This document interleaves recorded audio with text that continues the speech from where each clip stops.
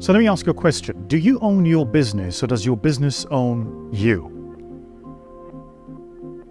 Over the past decade working with entrepreneurs, founders, and business owners, one of the things I learned is it's crazy how the thing that you started, this business idea that you had, that you converted into an actual business, becomes a prison.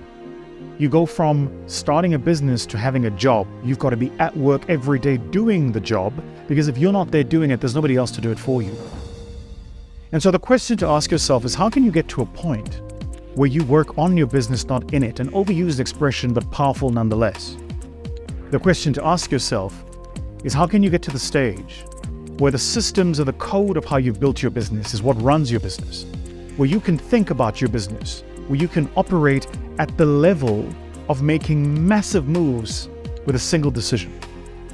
That's about building processes, systems, and an enabling environment and team to enable you to do that.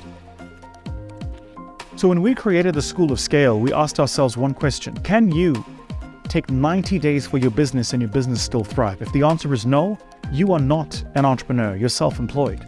Now, nothing wrong with being self-employed if that's what you want. But if you're an entrepreneur, you want to take your business and scale it and build it from one level to the next, you want to be able to leave your business to the next generation or potentially exit it and sell it to somebody else, you need to put systems in place to enable you to do that. And that's what the School of Scale is. We believe that there are 5 levels to business. The first level is where you're the professional. You know how to do the job, so you do the job yourself. You know how to do the gardening and the landscaping. You know how to do the plumbing. You know how to do the accounting. You are the lawyer. You know how to write the actual documentation. The second level is where you're self-employed. So you're still the lawyer, you're still the plumber, you're still the gardener, but you got 1 or 2 people in your team to whom you can give off some of the side tasks that are important in you achieving the job. The third level is where you become a business owner. Here, you have other professionals working in the business for you, but it still requires of you to do quality testing, proofing, checking. It requires of you to maintain client relationships. Clients want to talk to you, they don't want to call the office.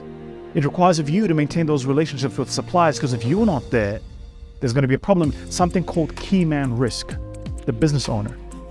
In my experience, most entrepreneurs build from that level of professional to self-employed to business owner, and that's where they stop. But if you want to create true wealth and you want to scale, the level above that is what we call the entrepreneur.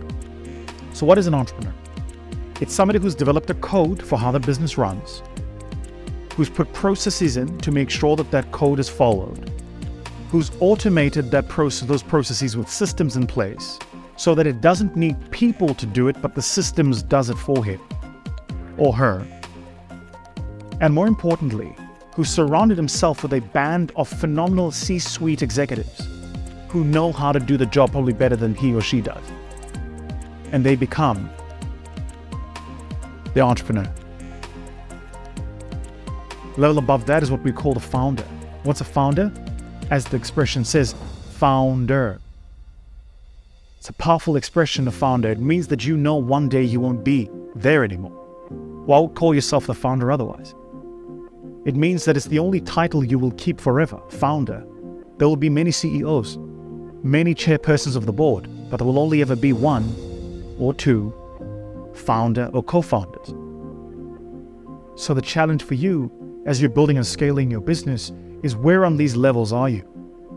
And depending on where those levels you are, how much work and investment are you willing to put in place to get to that next level? For me, it kind of happened when I got to a point where I was just sick and tired of working late. My youngest, I missed the first 3 years of his life because I was never there, never saw him. By the time he woke up in the morning, I was gone. When he went to bed at night, I wasn't home yet. On weekends, when he had play dates, I was always away working, in meetings at the office, toiling away, convincing myself that slaving away at this thing called my business was the right thing to do, because that's what society told me. It told me slave away, work 25 hours a day, 7 days a week.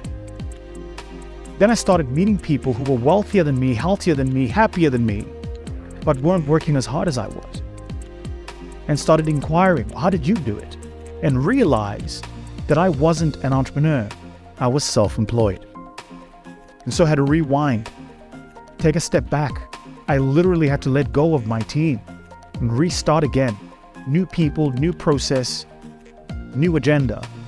But this time, for my own sanity and freedom, to be an entrepreneur. That's what the School of Scale is. And if that's a messaging that talks to you, then you want to hit the link below and make sure you reach out to the team. Now, the criteria is hefty.